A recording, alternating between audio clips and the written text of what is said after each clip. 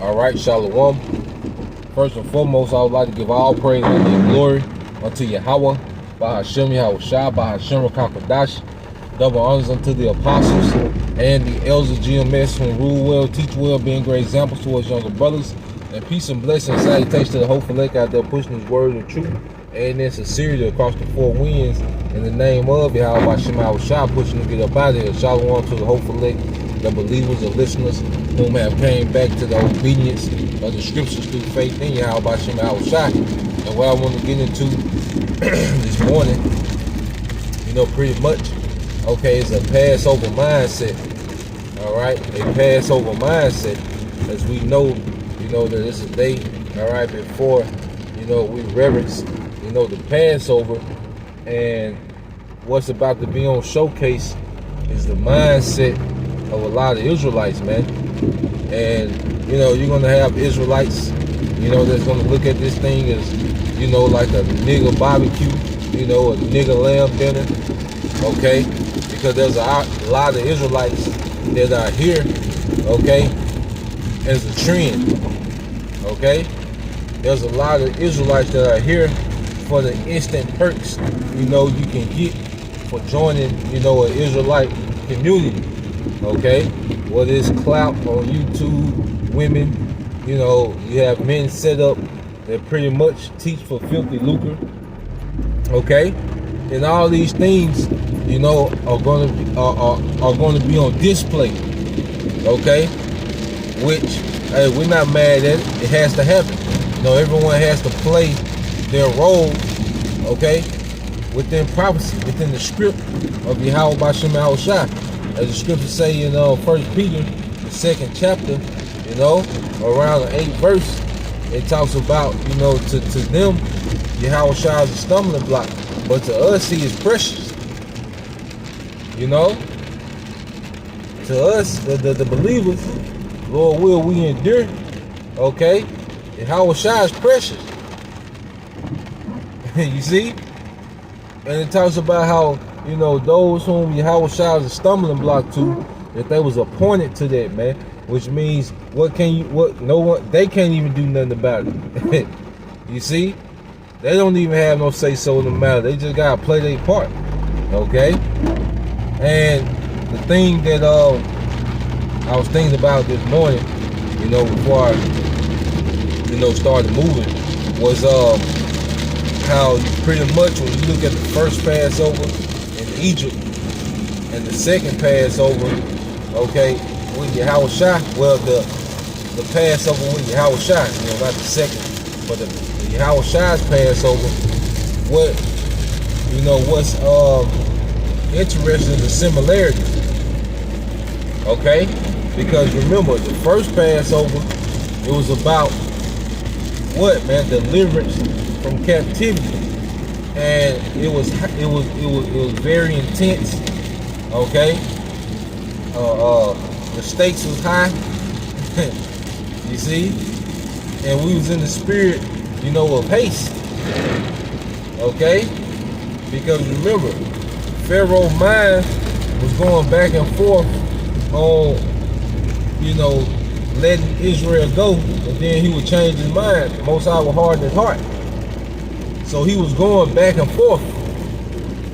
So it was to the point now that the Most High was getting ready to deliver Israel and show, all right, even more power, that he put that spirit on our people. Like, look, when he changed his mind this time and let us go, we're gonna move. Okay? We're not gonna sit around and wait for this man, all right, to get his heart hard. Like, nah, we know his pattern. All right?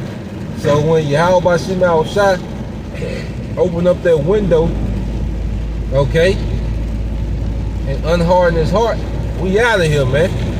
And that was the energy, like, we out of here, man. Okay? When that window presents itself, Israel got out of there, man. Okay? And what happened? All right? Pharaoh, pretty much, tried to come after Israel, and what the Most High showed great power, man. Okay, that first Exodus. Okay? And now we come in the time of the second Exodus. And what set up the second Exodus was the Passover of Yahushua, which that Passover was very intense. You know? That spirit of haste was there. Okay? You had Yahushua make that statement about being betrayed, and the disciple was in fear, wondering who it was. It was a very intense night. It was serious. Okay, Yahushua was to be crucified that night. Okay, it was very intense, similar to the first Passover, and the stakes was high because the sins of Israel was on one man, Yahushua, at that time. The stakes was high. Okay, our salvation was on Yahushua's shoulders that night, man.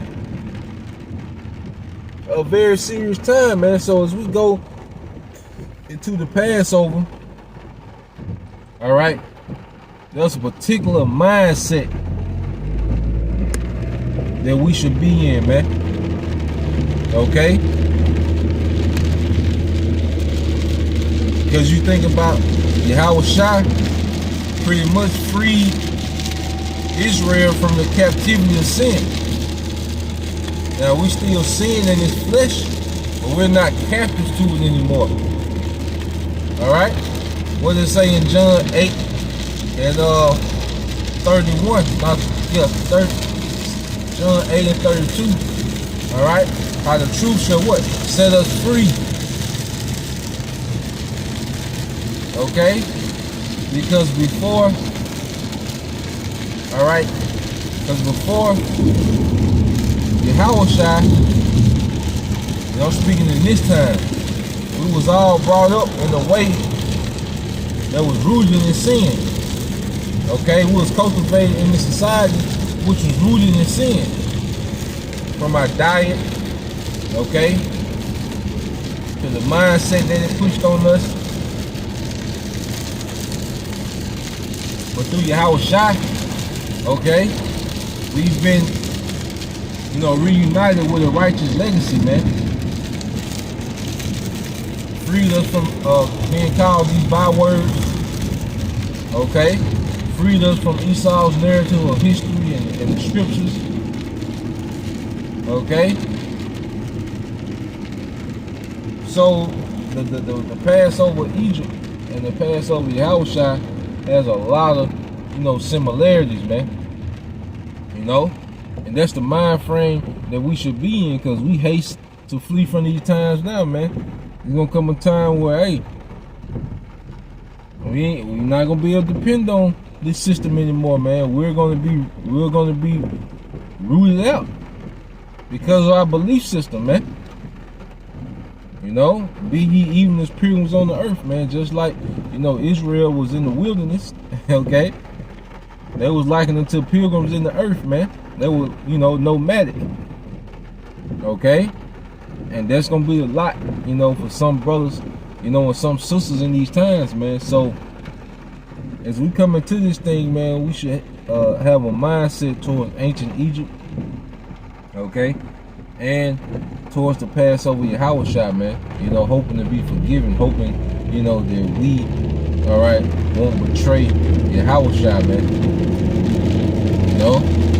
So Lord will, you brothers and you sisters edified. Until next time I say shalom, Torah, Yashala, Abba, Babal, these soon.